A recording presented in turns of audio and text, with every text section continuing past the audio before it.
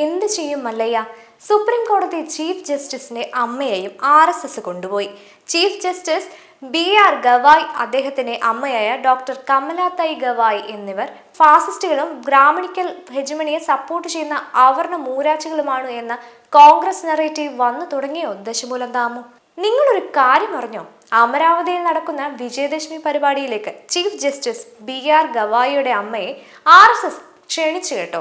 October 5-ന് അമരാവതിയിൽ Kiran നഗറിലെ ശ്രീമതി നർസമ്മ മഹാവിദ്യാലയ മൈതാനിയിൽ RSSനെ Amaravati Mahanagar unit സംഘടിപ്പിക്കുന്ന പരിപാടിയുടെ മുഖ്യ അതിഥിയായിട്ടാണ് ചീഫ് ജസ്റ്റിസിന്റെ അമ്മ ഡോക്ടർ കമലാതായി ഗവായി ക്ഷണിച്ചതെന്ന് അറിയുന്നു.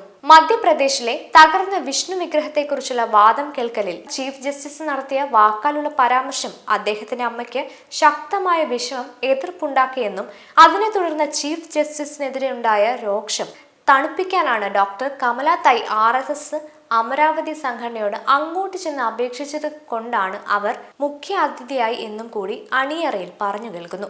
എന്തായാലും കമലാതായി ഗവായിക്ക് ക്ഷണം ലഭിച്ചതായി അവരുടെ കുടുംബാംഗവുമായി അടുത്ത വൃത്തങ്ങൾ സ്ഥിരീകരിക്കുകയും പങ്കെടുക്കുമെന്നും അറിയിക്കുകയും ചെയ്തു.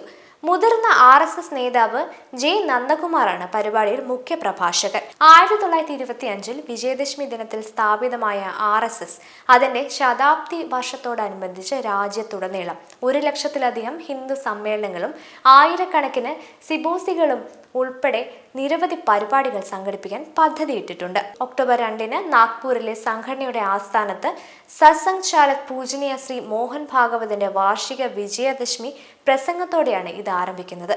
ജനങ്ങളെ വലിയ തോതിൽ ബന്ധപ്പെടുത്തുന്നതിനായി രാജ്യമെമ്പാടും വീടുതോറുമുള്ള സമ്പർക്ക പരിപാടികൾ നടത്താനും RSS തീരുമാനിച്ചിട്ടുണ്ട്. ഇത് RSS ആണ് മക്കളെ.